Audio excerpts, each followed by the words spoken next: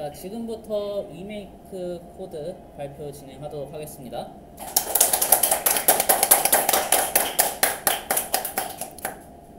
네, 안녕하세요. 위메이크 코드 조장을 맡은 한종인입니다. 발표 시작하겠습니다. 저희 팀은 총 5명이서 프로젝트를 진행을 하였습니다.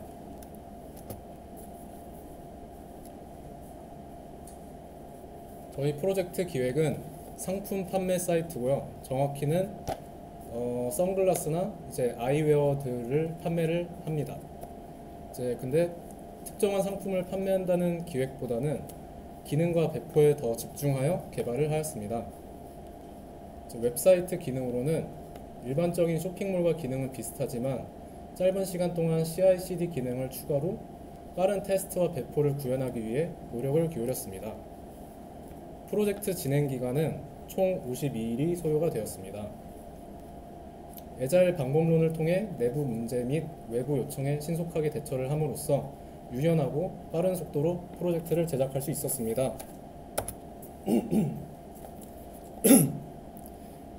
일단 저희가 사용한 스택에 대하여 간단히 설명을 해드리도록 하겠습니다. 프론트 스택으로는 HTML, CSS, 자바스크립트를 사용을 했고요. 그리고 뷰 라이브러리를 사용을 했고, 상태 관리로는 뷰X를 사용을 했으며, CSS 라이브러리는 뷰티파이와 부트스트랩을 사용을 했습니다. 테스트 툴로는 제스트를 이용했습니다. 백엔드는 언어는 자바를 사용했고요. 자바 11 버전, 그리고 스프링 부트 프레임워크를 사용을 했고, 인메모리 DB인 레디스를 사용을 했으며, 그레이들로 디펜던시 관리를 해줬고요.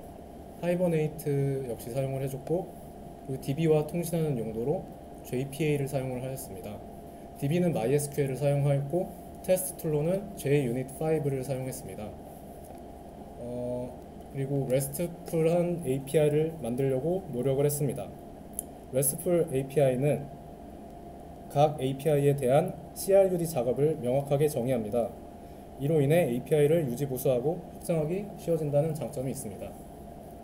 그리고 저희가 검색 기능으로 엘라스틱서치를 탑재를 하려고 했었는데, 그건 약간 경제적인 이유로 인해서 포기를 하게 됐습니다. 왜냐하면 배포할 때 저희가 프리티어나 좀 작은 메모리를 갖고 있는 인스턴스를 사용을 하는데, 근데 엘라스틱 서치를 올려놓고 돌려보니까 엘라스틱 서치 혼자서 메모리가 거의 한 1.5기가가 넘게 잡아먹더라고요. 저희 인스턴스는 램이 1기가, 2기가 정도밖에 안 되는데, 그래서 이거는 차후 프로젝트에 좀 더 좋은 인스턴스를 사용해서 나중에 해볼 생각입니다. API로는 카카오 결제, 카카오 지도를 사용을 했고요. 그리고 다음 포스트라고 그 주소 입력하는 그런 API를 사용을 했습니다. 협업 툴로는 슬랙과 노션, 잽을 이용을 해서 소통을 했고요. 그리고 버전 컨트롤 시스템으로는 GitHub를 사용했습니다. GitHub 데스크톱으로 CLI가 익숙하지 않으신 분들은 GUI로 사용할 수 있게 Git 데스크톱을 사용해서 작업을 했고요. 그리고 Git 크라켄으로 Git 플로우가 잘 이렇게 어떻게 흐름이 있는지 그런 것도 확인하고, 커밋 메시지 수정이나 그 커밋 리버트 같은 작업들도 편하게 Git 크라켄을 사용해서 하였습니다. IDE는 프론트는 VS 코드, 백엔드는 인텔리제이를 사용하였습니다. 오퍼레이션에는 AWS를 사용을 했고요. 그리고 아마존 S3 버켓을 사용을 했고, 그리고 아마존 인스턴스를 리눅스 서버로 돌려서 리눅스를 사용하게 됐고요. 그리고 배포를 도커 환경 기반으로 올려놨기 때문에 도커를 사용을 해야 했었고, 그리고 Git 액션즈로 저희가 CI/CD 파이프라인을 구성을 하였습니다. 그리고 저희가 특별한 게 엔진X를 탑재를 했는데요. 이 정도 프로젝트 규모에서 엔진X를 사용한다니 너무 오버스택 아닌가? 라고 생각하실 수 있겠지만 엔진X를 사용하여 프론트엔드 서버를 배포한 데는 추후의 확장성을 고려한 데 있습니다. 미래에 제가 만약에 만든 사이트가 인기가 점점 많아지면서 트래픽이 급증하면 웹 서버의 부하가 커져 성능 저하와 다운타임이 발생할 위험이 있습니다. 이때 제가 개인적으로 진행해보고 싶은 MSA 서버 구성과 엔진X로 리버스 프록시를 구성한다면 클라이언트와 웹 서버 사이에서 요청을 받아 적절한 웹 서버로 요청을 분산시켜 웹 서버의 부하를 줄이고 성능을 개선할 수 있으며 서버의 보안과 안정성을 높일 수 있다는 점 때문에 한번 사용해 봤습니다. 그리고 인스턴스 안에서는 그 그래픽 UI가 없기 때문에 그 오직 커맨드 라인이기 때문에 이제 간단한 텍스트 편집으로는 빔 에디터를 사용을 했고요. 그리고 SSH 통신을 이용하는 SCP 파일 전송 툴도 사용을 같이 했습니다. 그리고 티묵스는 언제 사용을 했냐면은 GitHub 액션으로 이제 자동으로 이제 CI/CD 파이프라인이 동작을 할 때 GitHub 그 액션즈 러너 프로그램을 그 저희 메인 윈도우에서 계속 켜놓을 수 없어서 티묵스로 새로운 윈도우를 실행시키고 거기다가 배치해 두는 식으로 하였습니다. 다음으로는 저희의 협업 방식에 대하여 설명드리겠습니다. 먼저 저희는 도메인 드리븐 디벨롭먼트와 애자일 방법론을 채택했습니다. 필요한 서비스가 있다고 생각이 들면 노션의 각 카드마다 도메인 단위로 작업들을 나누어 백로그에 올려놓습니다. 이때 제목은 누가 무엇을 하는 무엇 이제 읽어보면은 뭐 관리자가 질문 게시판 댓글 삭제하는 시스템 이런 식으로 최대한 풀어서 적습니다. 그래야 나중에 다시 봤을 때도 어떤 작업인지 명확하게 이해할 수 있고 본인이 아닌 제3자 예를 들면 후임자가 처음 왔을 때도 어떤 작업들이 이루어졌는지 더욱 쉽고 명확하게 업무 파악을 빨리 할 수 있다는 장점이 있습니다. 그 주에 끝내기로 계획한 작업들은 스프린트 텀으로 이동시키며 이때 커밋 내역을 추적할 수 있는 숫자 태그가 부여됩니다. 자신이 작업을 할 도메인을 in progress에 올려두고 작업을 진행하고 끝난 작업은 complete로 옮겨지게 됩니다. 작업 중에도 떠오르는 도메인들이 있다면 계속해서 백로그에 작성을 해둡니다. 카드를 클릭하여 좀 더 자세히 살펴보면 중요도를 선택할 수 있는 priority 태그가 보이고 현재 진행 상태를 알 수 있는 스테이터스 태그도 존재합니다. 누가 작업했는지 알 수 있도록 이름도 작성했고요. 정렬을 할 수 있게 백로그 넘버도 적어놨습니다. 그 아래에는 성공했다고 판단할 수 있는 기준인 Success Criteria를 작성할 수 있는 곳이 있고 해야 할 작업들을 투두에 적어놓고 작업을 하였습니다. 노션의 이력과 GitHub의 이력과 Gitkraken의 커밋 이력이 일치하는 것을 보실 수가 있습니다. 노션에 있는 저희 팀 방입니다. 이런 식으로 팀의 공지사항 같은 것이나 뭔가를 기록해두는 용도로 사용을 하고 있습니다. 매일 9시 반에 30분 정도씩 스크럼 회의를 진행을 하였는데요. 진행사항이나 이슈사항, 논의할 것들을 서로 공유하고 토의하는 시간을 가졌습니다. 이슈 핸들링에 대하여 말씀드리겠습니다.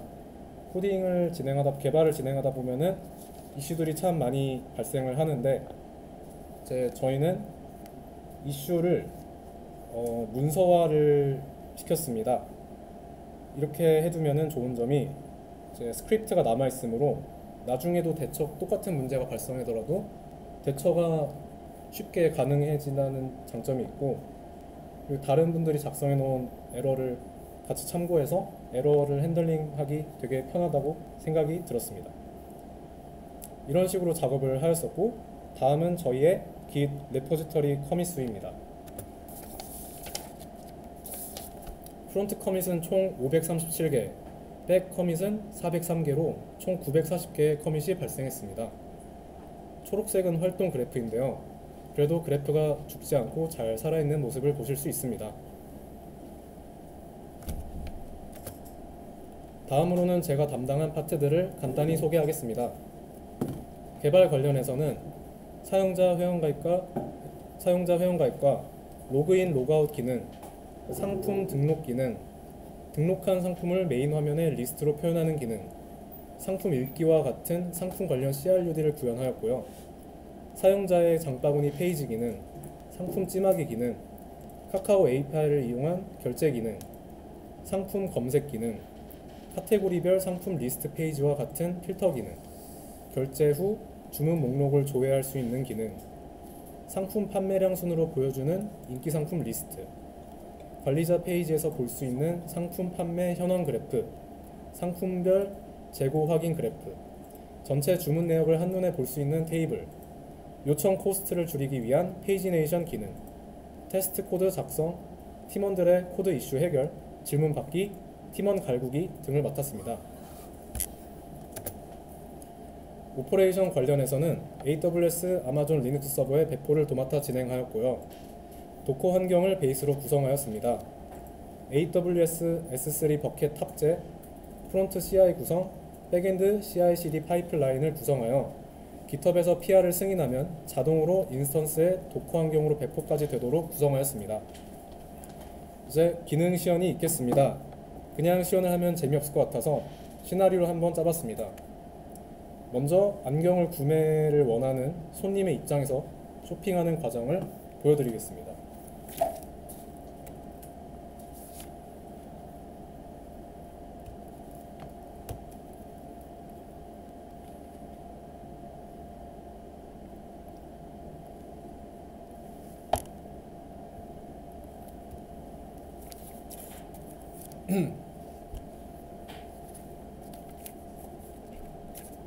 자, 이제 꽁트를 좀 할 건데요.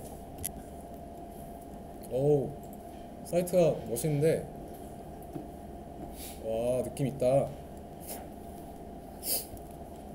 한번 볼까? 오, 이거 괜찮은데? 오, 리뷰, 와, 리뷰 대박. 와, 이거 사야겠는걸? 이거 좀 더 볼까? 아, 로그인 먼저 하라고요? 아, 네, 알겠습니다. 회원가입 해야겠다.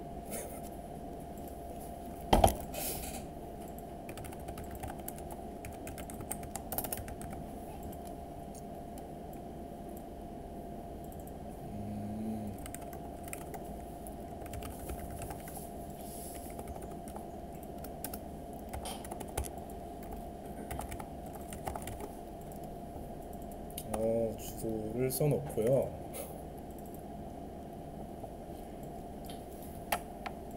가입하기를 눌러주면 회원가입이 됐네. 로그인 해보겠습니다.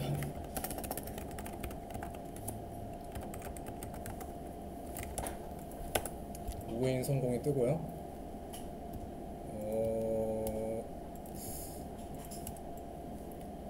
이거를 찜을 해둬야겠다. 다시 보니까 마음에 안 들어. 취소할래. 아니다. 좋아요. 그리고 오, 이거 이쁜데 장바구니에 담습니다. 주문을 해보도록 하겠습니다.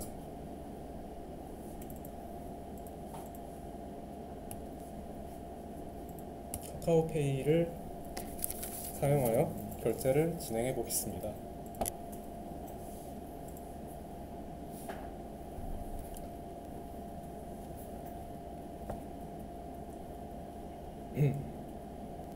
핸드폰으로 결제를 마무리를 하고 나면 메인 화면으로 다시 넘어가지고요. 주문 잘 되는지 한번 봐야겠다. 주문 정보를 보니까 오, 잘 있네. 이제 배송이 다 됐다고 가정을 해보고요. 이제 마음에 드는지 마음에 안 드는지 리뷰를 써야겠죠. 이제 리뷰 등록을 합니다. 너무 마음에 들어요. 별 5개를 주고 최고의 선글라스입니다. 작성을 해주고요.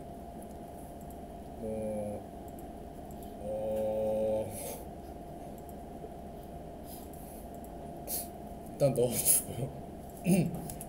업로드를 해보면은 이제 리뷰 등록이 성공이 된 걸 볼 수 있습니다.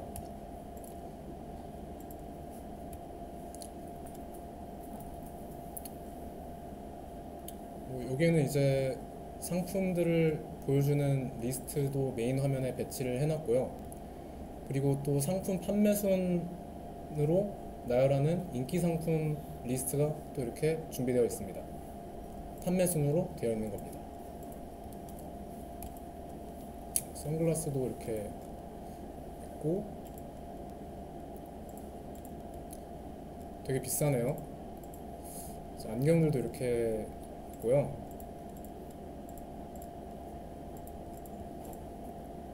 액세서리들도 이렇게 호버를 하면은 메인 이미지가 바뀌는 것을 보실 수 있습니다. 그리고 좋아요를 누르면은 이게 DB에 저장이 되게 되는데, 이렇게 페이지에 들어갈 때 라이크가 돼 있는지 없는지 이거를 DB로 한번 왔다 갔다 해서 이제 좋아요가 돼 있는 상품이라고 이렇게 표시를 해놨고요. 이제 마이 페이지에 내가 찜한 목록을 이제 만들었어야 되는데, 그거는 제가 이제 좀 이제 에디셔널 워크로 빼갖고 이제 발표 끝나고 조만간 얼른 작업을 하도록 하겠습니다. 그럼 이제 뭐 기본적인 상품 구매나 이런 것들은 해봤으니까 이제 관리자의 입장에서, 운영자의 입장에서 한번 진행을 해보도록 하겠습니다. 이제 관리자로 취직한 신입사원이 이제 관리자로 회원가입을 해야겠죠. 그럼 관리자로 가입을 누르면은 관리자는 어차피 사질 않을 거니까 일단 주소는 뺐습니다. 관리자 코드는 DB에 저장되어 있는 1, 2, 3, 4를 통해서 관리자 이렇게 코드가 맞는지 일치하는지 검증 과정을 한번 거치고요. 똑같이 진행을 해보도록 하겠습니다.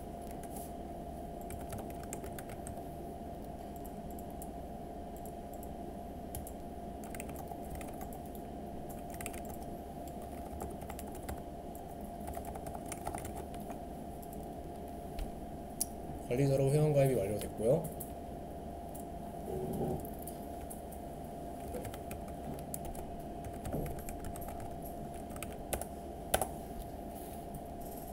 일단 관리자로 회원가입을 하면요,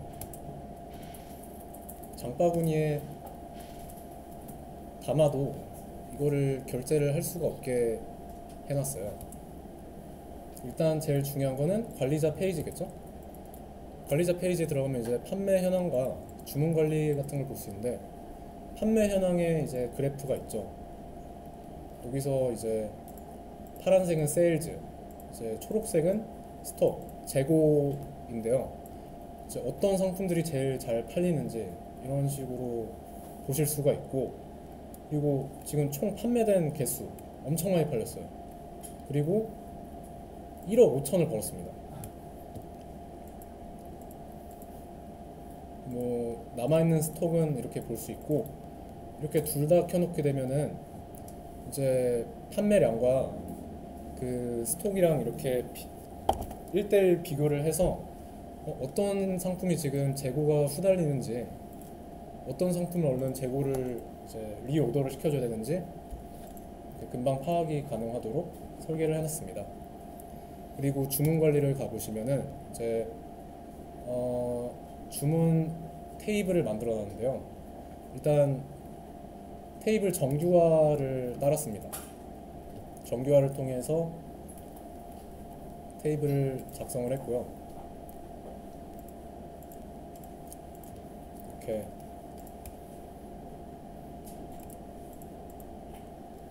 제가 이거 사용자 의견을 반영을 해서, 이게 원래는 이제 페이지네이션이 이제 5단이었는데 너무 불편하다, 너무 조금밖에 없다, 한 번에 속 시원하게 50개씩 나왔으면 좋겠다 라는 거를 반영을 해서 페이지네이션도 단위를 50으로 조절을 했습니다. 근데 지금 주문 내용이 50개가 되지 않아갖고 다음 페이지가 없네요. 일단 관리자 페이지는 이 정도로 했습니다.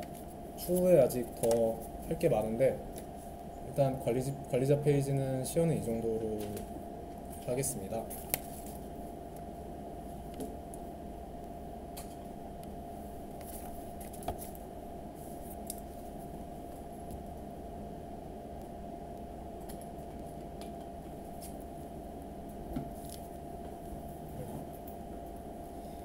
이제 다음은 코드를 어떤 생각을 갖고 작성했는지 설명하는 시간이 있겠습니다.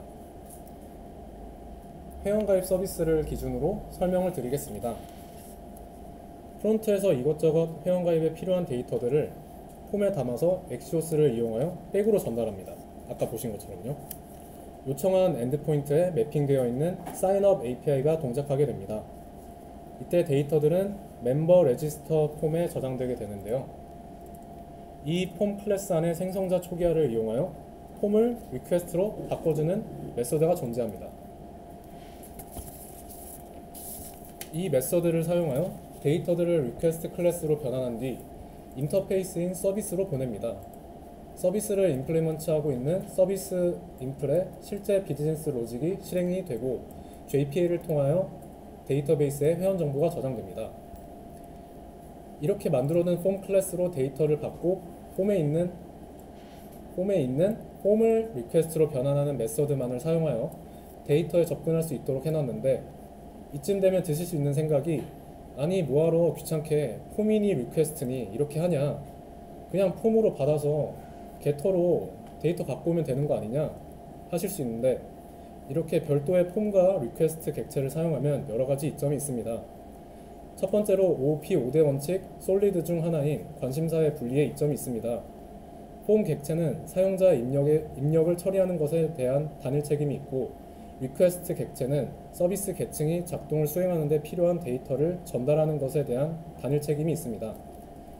두 번째로 코드 유연성에 있습니다. 변경에 용이하다는 건데요. 이것은 저희가 컨트롤러와 서비스 사이에 인터페이스를 두는 이유와도 비슷한 이유입니다. 회원 가입 시 클라이언트의 입력 처리 방식을 변경해야 한다고 가정할 경우 데이터 입력에 책임만 있는 폼 객체만 변경해주면 됩니다.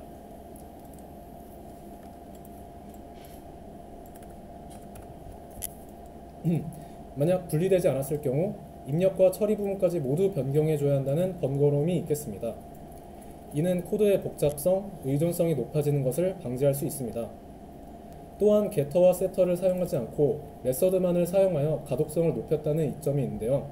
게터와 세터를 사용하면 객체 내부의 상태를 외부에 노출시키기 때문에 캡슐화를 약화시킬 수 있습니다. 이는 객체 간의 의존성을 높이는 행위인데요. 한 줄로 말하자면 이 모든 건 객체 지향 프로그래밍 및 설계의 5가지 핵심 원칙인 솔리드를 지키기 위함입니다. 솔리드를 따름으로써 유지 보수성 향상, 확장성 개선, 재사용성 증가, 객체가 낮은 결합도와 높은 응집력, 코드의 가독성과 이해도 향상이라는 결과를 가져옵니다. 그러므로 저희의 회원가입 서비스는 유지보수가 용이하고 확장성과 재사용성이 좋으며 코드 가독성 또한 겸비하고 있는 코드라고 말할 수 있겠습니다. 마이바티스 대신 JPA를 사용한 이유도 마찬가지입니다. JPA의 장점 중 하나인 데이터베이스 벤더 독립성을 이유로 들 수 있습니다. 마이바티스는 특정 데이터베이스의 문법을 지키며 쿼리문을 작성해줘야 하지만 JPA는 사용할 데이터베이스 이름만 넣어주면 알아서 기본 CRUD에 필요한 쿼리문을 실행시켜준다는 장점이 있습니다. 서비스 게시 중 데이터베이스를 변경해야 할 일이 생길 시 나타날 끔찍하고 귀찮은 작업을 매우 쉽고 편하게 만들어주며 개발자의 반복적인 코드 작성을 줄이며 개발 생산성을 높일 수 있습니다. 이왕 JPA를 말한 김에 이점을 더 설명하자면 객체 관계 매핑, ORM을 제공하여 테이블과 자바 객체 간의 매핑을 쉽게 처리할 수 있고 엔티티 간의 관계 파악에도 용이하다는 이점이 있습니다. 다음으로는 배포입니다. 배포 후에 발생했던 대표적인 이슈들은 로컬 환경에 맞춰져 있던 값들, 예를 들어 엑시오스 요청을 보낼 시 로컬호스트, 이제 저희 백엔드 포트 번호인 7777로 요청을 배포 서버에서 그대로 보내게 된다면 크로스 오리진 에러가 납니다. 또한 사진을 저장 시 경로값을 데이터베이스에 저장하는 방식을 채택했었는데요. 배포 후에는 인스턴스 내부의 폴더 구조가 로컬의 것과는 달라 사진이 불러지지 않는 이슈가 있었습니다. 첫 번째 이슈는 env 파일을 만들어 개발 환경이냐 배포 환경이냐에 따라 다르게 베이스 URL이 세팅되게끔 수정했습니다. 그 후에 엑시오스 요청을 탑재한 메인 리퀘스트를 만들고 기존 엑시오스를 모두 대체하고 엔드포인트에 로컬호스트 7777을 없애면서 크로스 오리진 이슈를 해결하였습니다. 두 번째 이슈는 파일 경로의 문제였기 때문에 AWS에서 제공하는 S3 버켓 서비스를 탑재하여 경로의 문제를 제거하였습니다.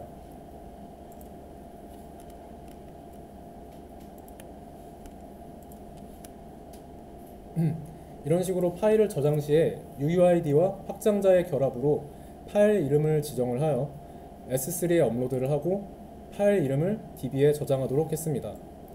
요청 시에는 DB에서 파일 이름을 가져와 AWS에 요청하는 방법을 사용하여 이슈를 해결했습니다. 한번 인스턴스에 접속을 해보도록 하겠습니다.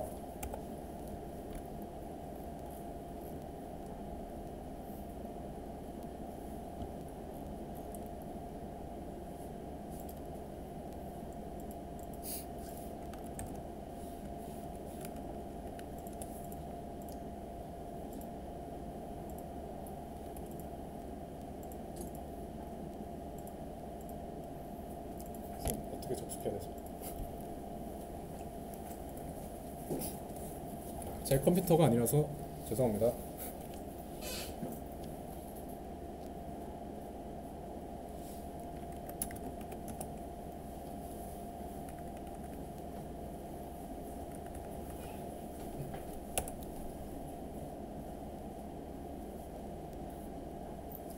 지금 인바운드 지금 돼 있네요.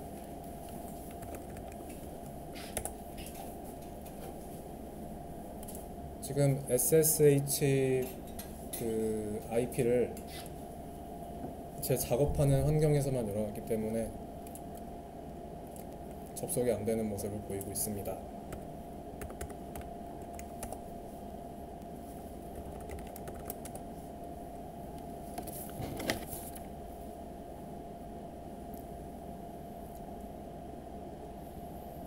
보안을 중요시하게 여기기 때문에 MFA 보안까지 설정을 해놨습니다.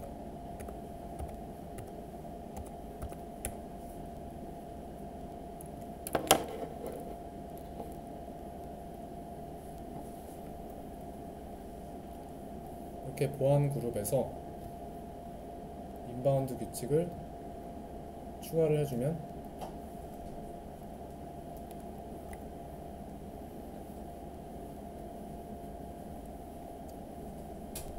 다시금 시도를 해보면은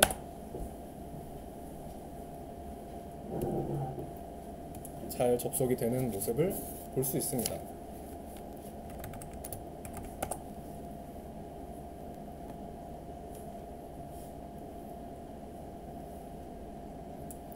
지금 도커에서 이렇게 잘 실행이 되고 있는 모습을 볼 수 있고요.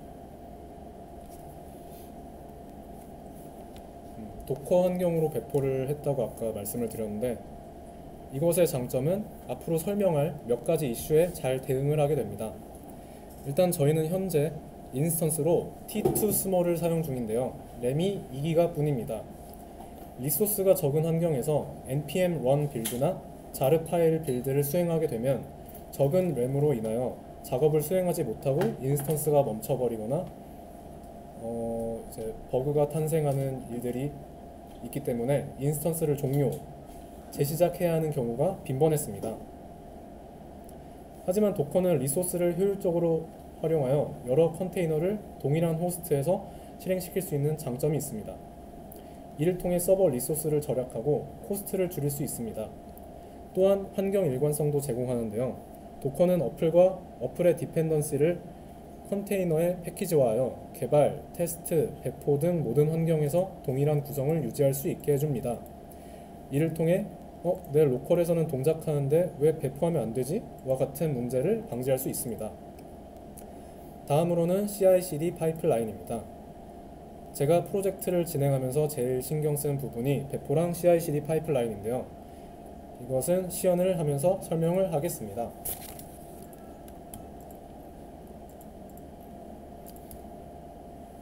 지금 제 코드가 들어있는 IDE가 있지 않으므로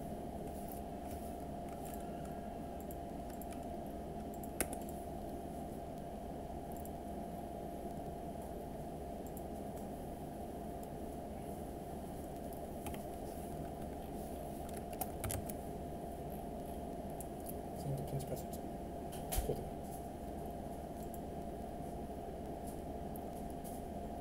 한번 무슨 정보 해볼까?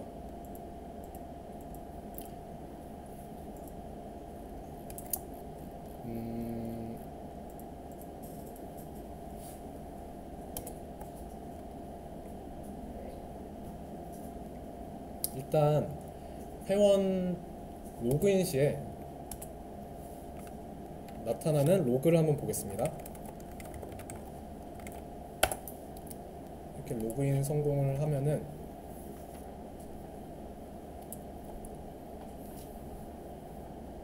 인스턴스에서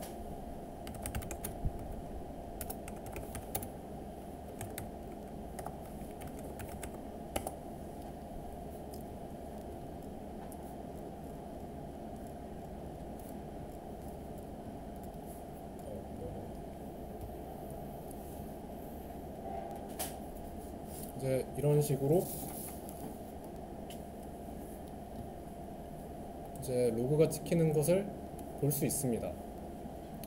로그인 컨트롤러 쪽에 한번 로그로 뭔가 찍어내는 코드를 한번 추가를 해보도록 하겠습니다.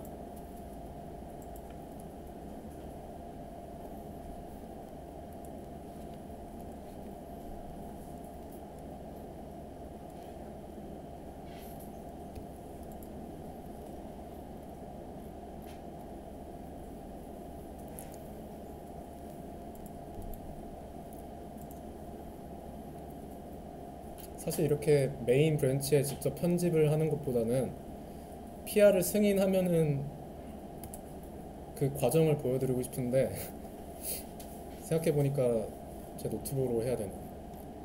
멤버 컨트롤러에 가서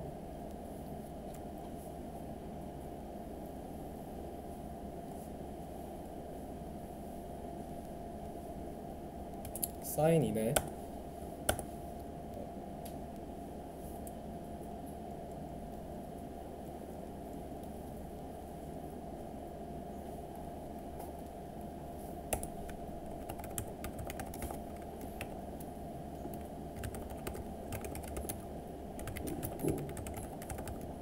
뭐 이런 식으로 그 코드를 추가를 하고 커밋을 하게 된다면은 CI/CD 파이프라인이 잘 구성이 되어 있다면은 이런 변화가 생기는 순간 잘 추가가 되어야겠죠? 배포 서버에서도. 그럼 이렇게 자동으로 CI가 실행이 되게 됩니다.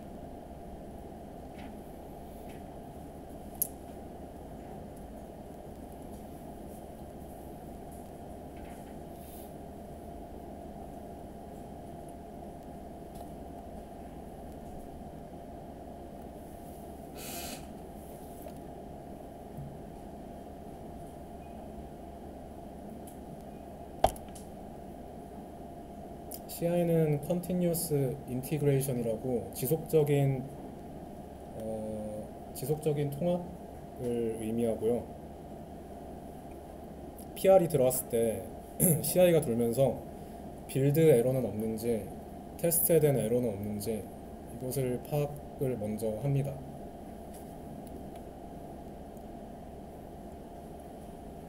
지금 빌드가 되고 있는지 진행 중이죠.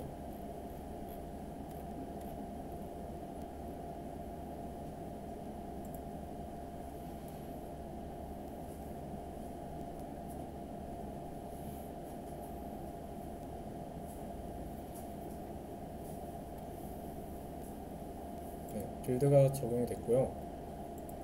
빌드가 통과를 했고, 그럼 이제 CI에서 CD로 트리거를 날리게 되는데요. CI가 통과가 돼야만 CD가 작동이 되도록 설계를 해놨습니다.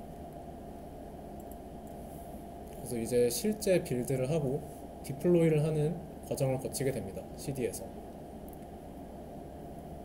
이 빌드를 할 때 GitHub 액션즈 서버에서 도커로 이제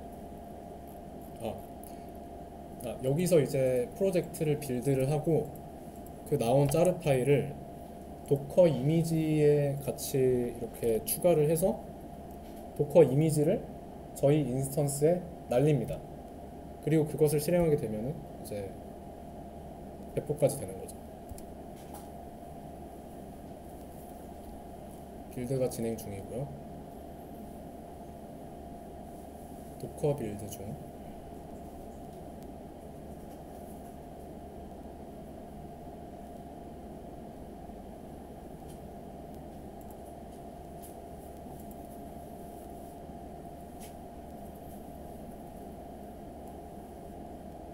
네, 빌드가 끝났고요. 그러면 이제 배포로 넘어갑니다.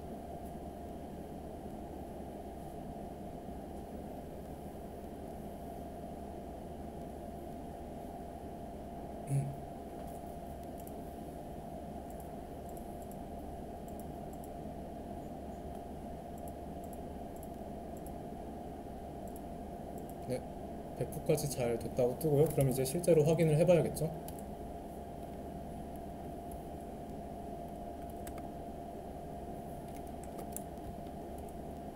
아까 로그인 시에 추가를 했으니까 로그인 한번 다시 해보도록 하겠습니다. 로그인 성공이 나오고요. 그러면 이제 저희 백엔드 로그에서도 이거를 확인할 수 있어야겠죠? 명령어를 다시 로그를 보는 명령어를 다시 실행을 시켜주고요.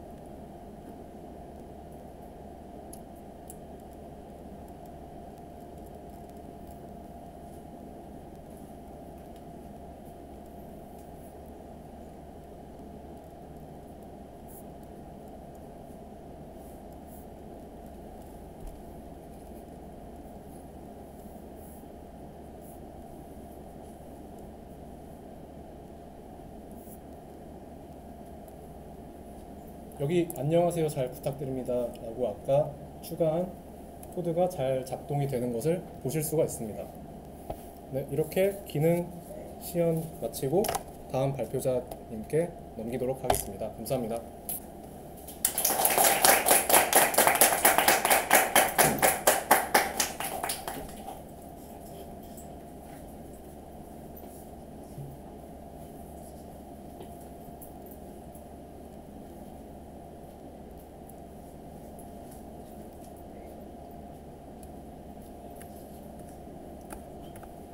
네, 안녕하세요. 위메코 팀의 조원 김호유입니다.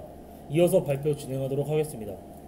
제가 작업한 내용은 크게 내비게이션 바 UI, 마이페이지 회원 정보 관련 기능, 그리고 카카오 지도 API를 이용한 오프라인 매장 표시 기능을 작업하였습니다. 먼저 내비게이션 바를 살펴보면 기본적으로는 카테고리가 영어로 표기가 되어 있지만 마우스 오버 기능을 추가하여 마우스를 카테고리 버튼에 올리게 되면 영어에서 한국어로 카테고리 표기가 변경이 되도록 UI를 구현하였습니다. 다음으로는 카카오 지도 API를 이용하여 오프라인 매장을 표시하는 기능을 구현했습니다. 이곳에서도 서로 다른 매장을 표시하기 위해 컴포넌트 방식으로 폼을 여러 개 생성하여 불러오는 방식으로 세 곳의 위치를 불러왔습니다. 그리고 마커를 생성하고 이 마커를 클릭하면 매장의 이름이 나타나는 인포 윈도우를 생성하였습니다. 그리고 마이페이지입니다. 화면에 보이는 것처럼 왼쪽에 있는 회원 정보와 주문 정보는 탭으로 형성하여 클릭을 하면 컴포넌트가 변경이 되는 것처럼 오른쪽 화면이 변경되게 구현되어 있습니다. 그리고 오른쪽 회원 정보 창은 회원이 회원 가입을 할 때 들어가는 정보를 가지고 오는 형식으로 기능을 구현하였습니다. 그리고 회원 정보 아래에 있는 비밀번호 수정, 주소 수정, 회원 탈퇴 기능은 시연을 하며 설명해 드리도록 하겠습니다. 코드 시연하겠습니다.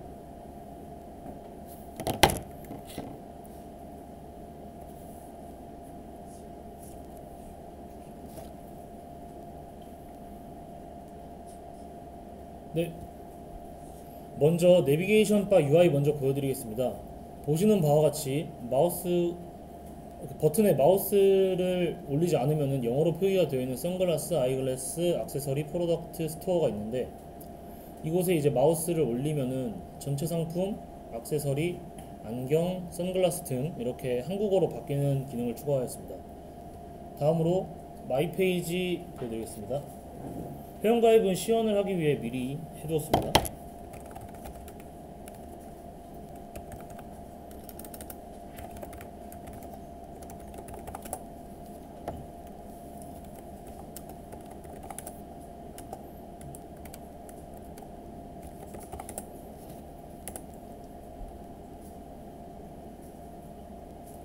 네, 회원 권한으로 로그인을 하면 마이 페이지가 나타나는데 마이 페이지 있는 회원 정보 창에는 저장된 회원 정보가 나타나게 됩니다.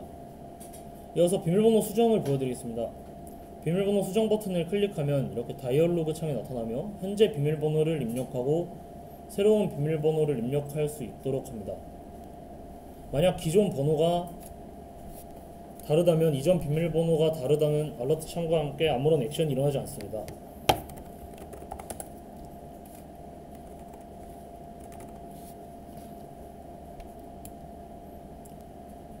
그리고 이전 비밀번호가 일치한다면 새로운 비밀번호와 비밀번호 확인이 같은지를 비교하게 됩니다.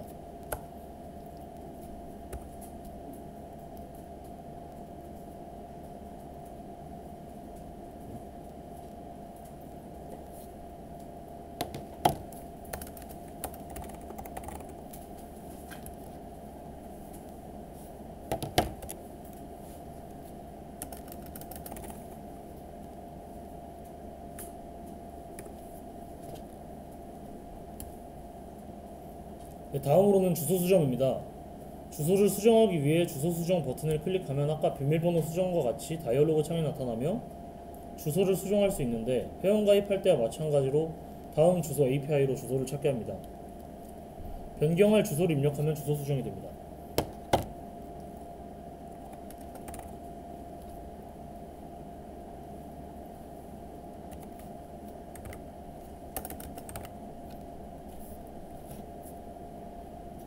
마지막으로 회원 탈퇴 기능인데 이 기능은 회원 탈퇴 버튼을 누르면 한 번 더 의사를 물어보기 위해 탈퇴를 할 건지 안 할 건지 버튼을 클릭할 수 있도록 구현하였습니다.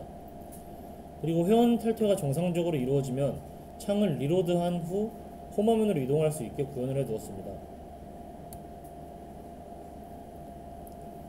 회원 탈퇴가 정상적으로 이루어져 있는지 다시 한번 로그인 해보도록 하겠습니다.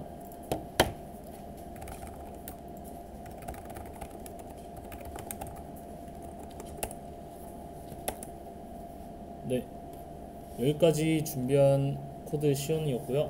다음 순서로 넘기도록 하겠습니다.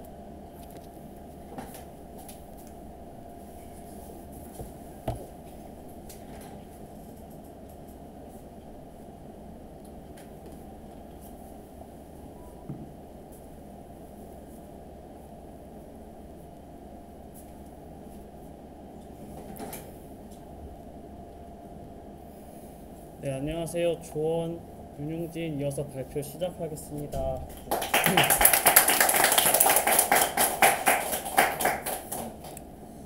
제가 맡은 곳은 공지사항인데요. 백에서는 공지사항 도메인 CRUD 진행하였고요. 프론트에서는 탑 버튼, 그리고 상품 리스트 필터 기능, 그리고 공지사항 UI 진행하였습니다. 바로 시연 보여드리겠습니다.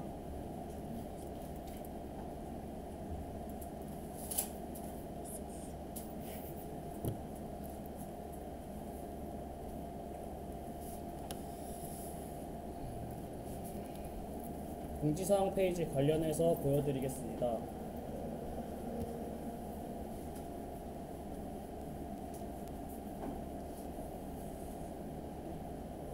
우선 공지사항 작성, 수정, 삭제는 관리자 계정에만 가능하도록 했습니다. 우선 비회원 사용자나 비로그인 상태에서는 공지사항 등록 버튼이 없고 공지사항 URL로 접속 시 차단되는 모습을 볼 수 있겠습니다.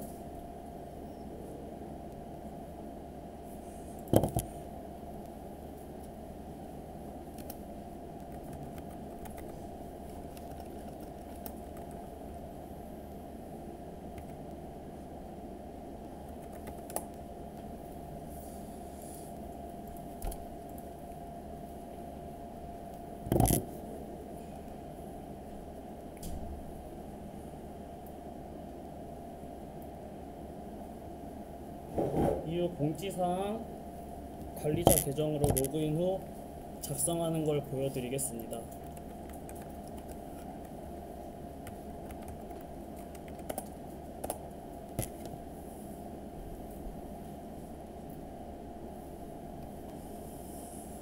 관리자 계정으로 로그인 시 공지사항 작성 버튼이 생겼고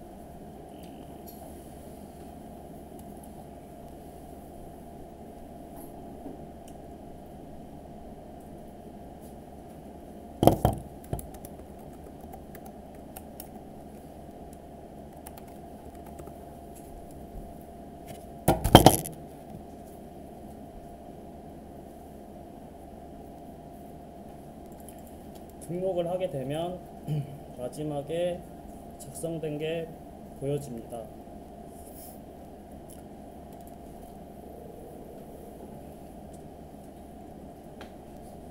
공지사항 계정에서 삭제 버튼 클릭 시 삭제되는 것도 보여질 수 있습니다.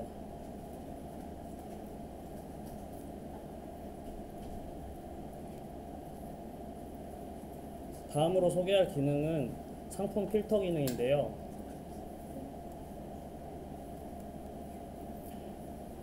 판매량 순, 날짜 기준, 가격 기준으로 나누었습니다. 우선 날짜 기준, 신상품 기준으로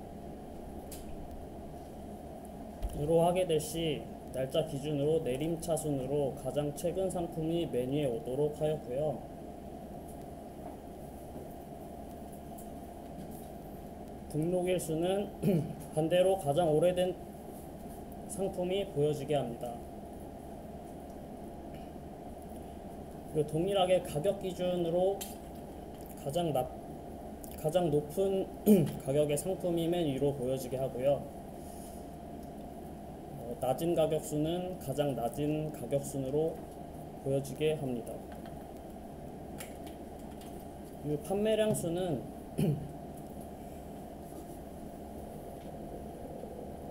사용자로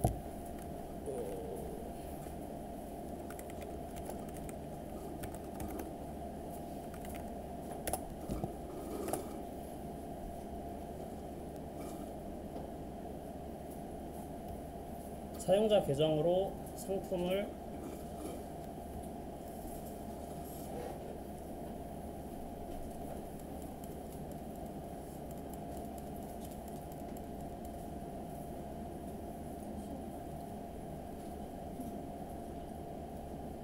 맨 아래 거를 사서 위치가 이동되는 걸 보여드리겠습니다.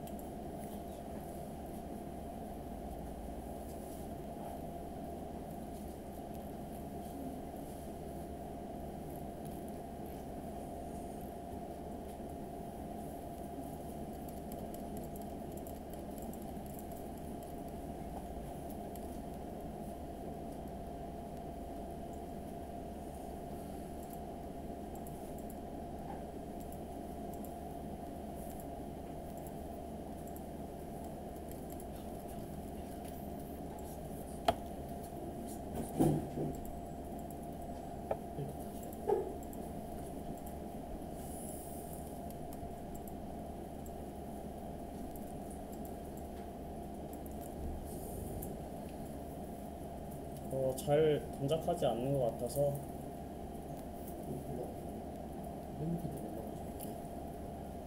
잘 동작합니다. 10개 이후 10개로 주문 후에 위로 올라오는 걸 볼 수 있습니다. 이렇게 제 발표는 마무리하고 다음 발표자에게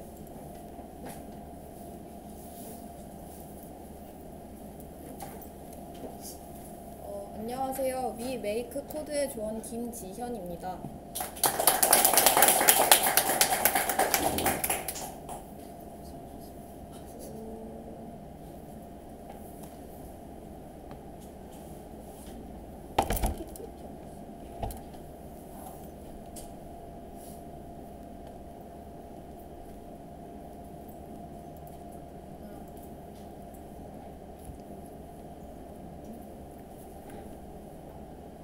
저는 백엔드에서는 문의 게시판 도메인 등록, 읽기 삭제와 문의 게시판 카테고리별 리스트, 문의 게시글별 댓글, 그리고 관련 테스트 코드 작성을 구현하였습니다. 그리고 프론트엔드에서는 문의 게시판 UI 및 기능 구현과 문의 게시판 페이징화, 그리고 문의 게시글별 댓글 UI 기능을 구현하였습니다.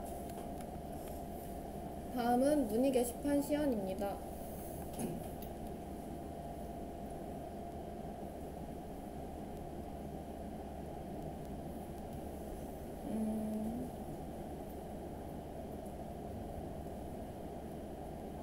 먼저 문의 게시판은 로그인하지 않은 사람도 접근할 수 있습니다. 그러나 게시글 확인과 작성은 로그인한 사람만 할 수 있습니다.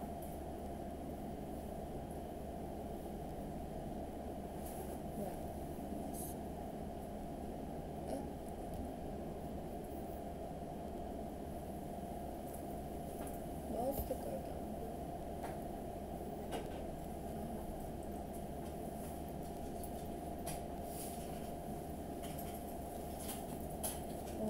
다음과 같이 이렇게 로그인을 하지 않았다면 이렇게 로그인 화면으로 이동합니다. 게시글 작성을 위해 로그인을 해보도록 하겠습니다.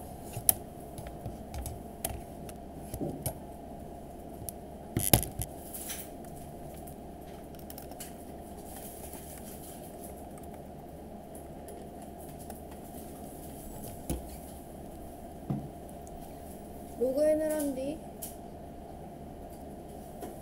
게시글 작성을 누르면 게시글 작성에는 작성자, 질문 카테고리, 제목, 이미지를 선택할 수 있습니다. 빠진 부분이 있다면 등록할 수 없습니다.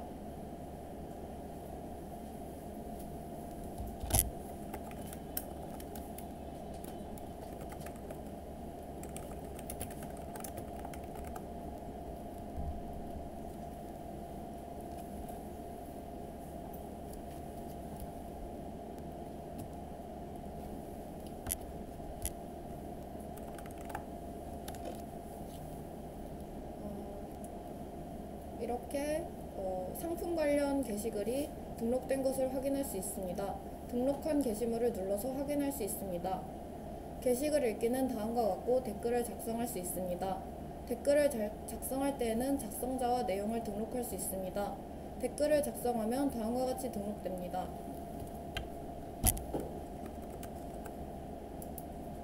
뒤로 갔다.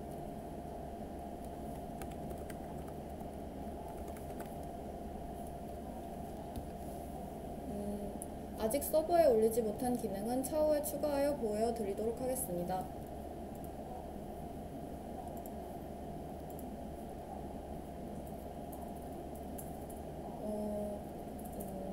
다음은 코드 리뷰입니다. 저희 팀은 전체적으로 코드를 작성할 때 수정자 주입을 지향하고 생성자 주입하는 방식을 사용하여 객체의 불변성을 확보하고 테스트 코드를 쉽게 작성할 수 있습니다.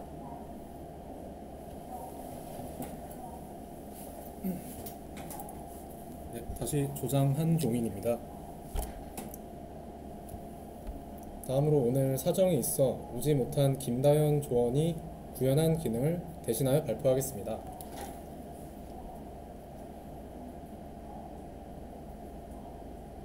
백엔드는 리뷰 게시판 도메인 CRUD를 하셨고요. 프론트엔드는 리뷰 게시판 UI 및 기능 구현, 메인 페이지 제일 큰 부분인 캐러셀을 구현하셨고요. 그리고 리뷰 게시판에 페이징 처리를 담당하셨습니다. 한번 시연을 해보겠습니다.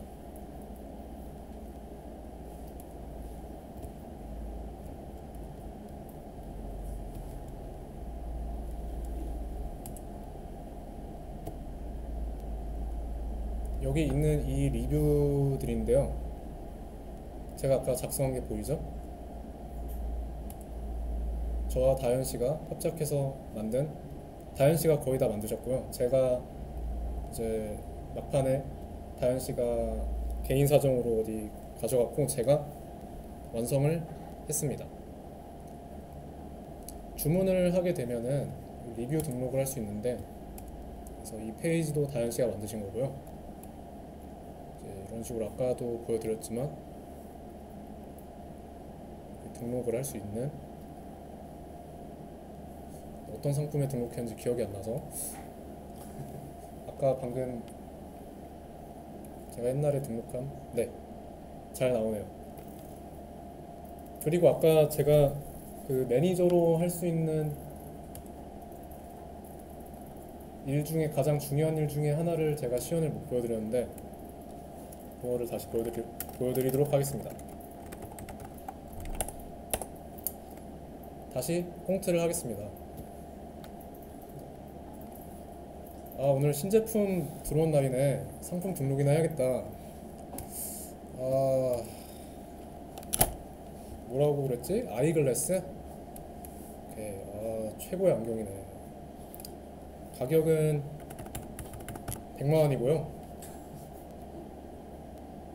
조금밖에 안 들어옵니다. 카테고리는 아이글래스에 넣도록 하겠습니다. 이미지 사진은 네, 이렇게 상품에 대한 이미지들을 여러 장을 넣을 수 있고요. 이런 식으로 첫 번째 이미지가 상품의 썸네일이 됩니다. 이렇게 상품 등록이 성공하게 되고요. 아까 아이글래스에 등록을 했으니까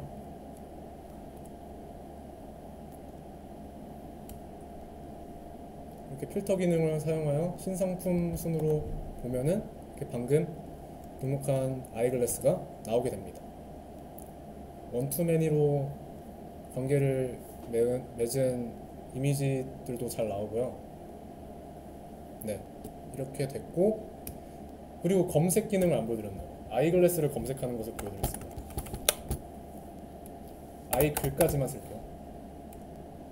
짠, 나오죠? 네, 시연 여기까지입니다.